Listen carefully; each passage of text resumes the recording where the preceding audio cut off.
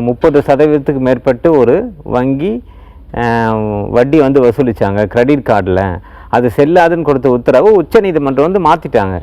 இல்லை, இது ஆல்ரெடி ஒரு வங்கிக்கும் வங்கியினுடைய அந்த பயனாளர் 2 பேரும் ஏற்படுத்திக்கிட்ட ஒப்பந்தப்படி தான் அந்த கடனை வந்து அவங்க வட்டி வந்து வசூலிச்சிருக்காங்க. அதனால் அதை வந்து நுகர்வோர் நீதிமன்றம் போயிட்டு அதை வந்து மாற்ற முடியாது. ஆல்ரெடி 2 பேருக்குள்ளே ஒத்துக்கிட்ட விஷயந்தான் அது அப்படின்ற அடிப்படையில் வந்து அதை தீர்ப்பை மாற்றி கொடுத்துருக்காங்க. அதனால் குறிப்பிட்ட வட்டின்ற ஒரு விகிதம் வந்து எங்கேயும் தெளிவாக குறிப்பிடப்படலை. இருந்தாலும் ரிசர்வ் பேங்க்கில் குறிப்பிடக்கூடிய அந்தந்த காலத்துக்கு ஏற்ப அவங்க குறிப்பிடக்கூடிய அந்த வட்டி அனுசரித்து தான் எந்த ஒரு நபரும் வந்து வசூல் பண்ண முடியும். அதே பார்த்திங்கன்னா வங்கிக்கு ஒரு விதமாகவும் தனிநபராக ஒருத்தருக்கு வந்து பண்ணக்கூடிய அந்த வட்டி வசூலிக்கும் விதமும் வந்து மாறுபடும். வங்கிகள் வந்து ஆல்ரெடி அவங்களுக்கு இருக்கக்கூடிய இந்த சுப்ரீம் கோர்ட்டு இல்லைன்னா ரிசர்வ் பேங்க்கினுடைய இந்த கைட்லைன்ஸ் படி பண்ணுவாங்க.